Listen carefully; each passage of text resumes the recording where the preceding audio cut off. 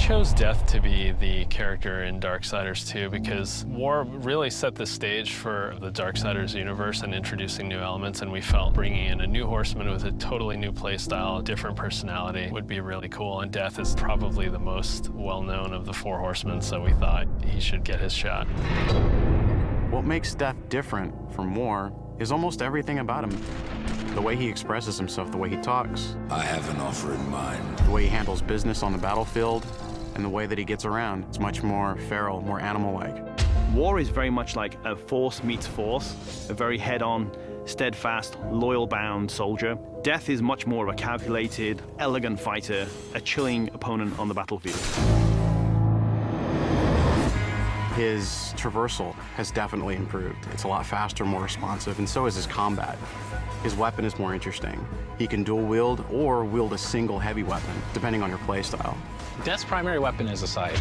It's kind of a unique one. It's sort of a multi-purpose Swiss Army scythe. And he can use it with two different blades. He can attach it together to form the more traditional Reaper scythe. He can use it as a polearm. Of course, he doesn't stop that. He'll pretty much use any weapon that's made available.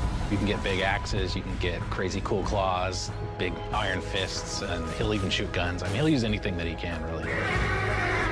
The main improvement from Darksiders 1 to Darksiders 2 was depth. We wanted to make the game more involved. We wanted to have more context. We wanted the player to really feel like they're in a real world with people living there, stuff going on, things going on.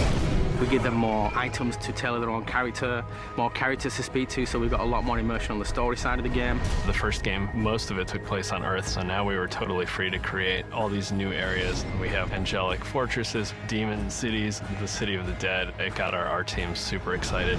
On top of that, there's a lot of weapons and armor, and obviously the new character as well, Death.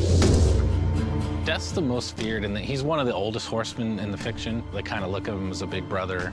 He's feared just because when he really gets down to business, he is the death dealer. That's sort of his thing. He wears his mask as an executioner's mask. That's his trade, that's his business. He takes people down. He doesn't wait for things to happen, he causes them to happen. So it's a much more aggressive style of game and a more aggressive character. I mean, I guess it's all wrapped up in his name, right?